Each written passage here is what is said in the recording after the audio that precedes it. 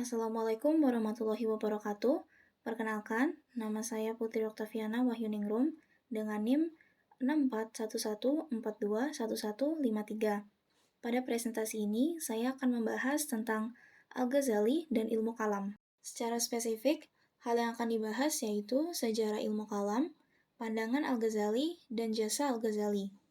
Sebelumnya, kita harus tahu apa itu ilmu kalam. Secara bahasa, kalam memiliki arti pembicaraan yang bernalar dan melibatkan logika. Ilmu kalam adalah teologi rasional yang tumbuh karena kebutuhan membela aliran pikiran tertentu.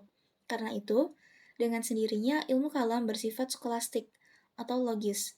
Bahkan, Al-Farabi mengatakan bahwa ilmu kalam, pada asal pertumbuhannya, bersifat apologetis, yang bertugas melayani suatu kelompok Islam tertentu melawan kelompok Islam lainnya atau kelompok di luar Islam. 1. Sejarah ilmu kalam.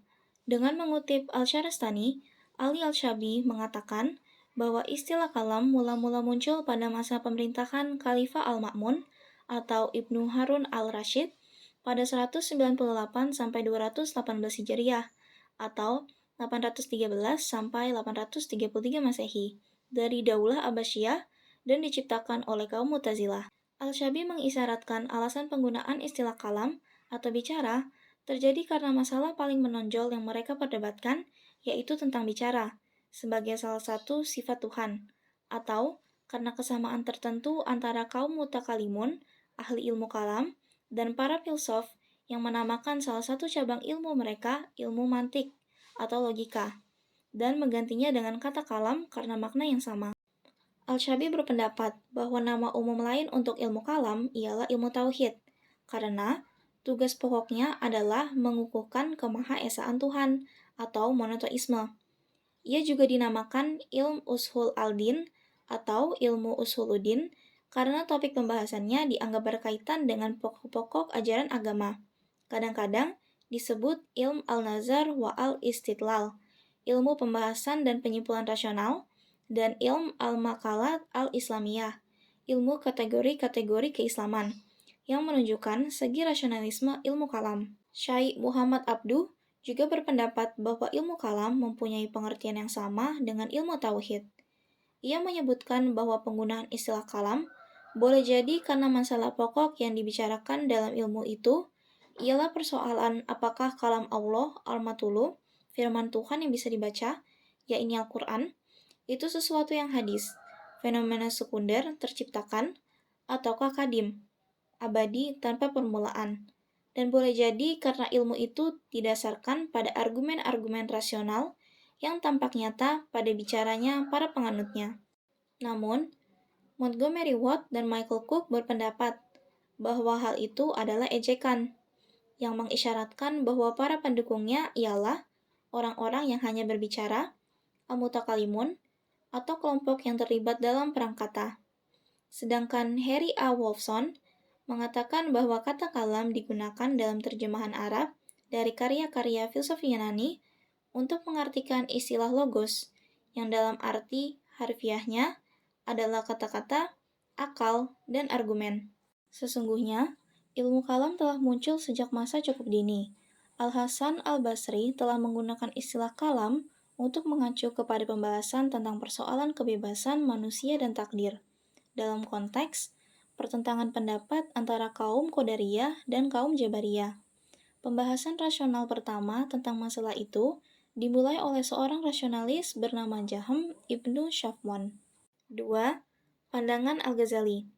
Al-Ghazali adalah seorang intelektual, namun ia tetap menunjukkan kelemahan dalam hal konsistensi. Hal ini dipandang sebagai bukti kecerdasan intelektualnya yang selalu ingin mencari tahu.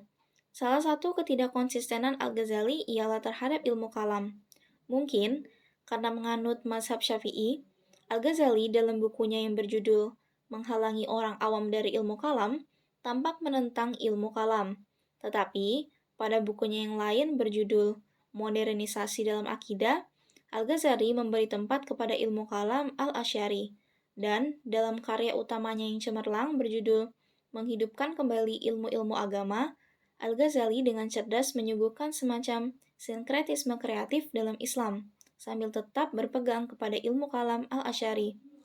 Hal ini tidak mengherankan karena Al-Ghazali dikenal sebagai murid utama Al-Juwaini, yang juga dikenal sebagai Imam Al-Harmain, salah seorang terbesar dari kalangan para mutakalimun Asy'ari.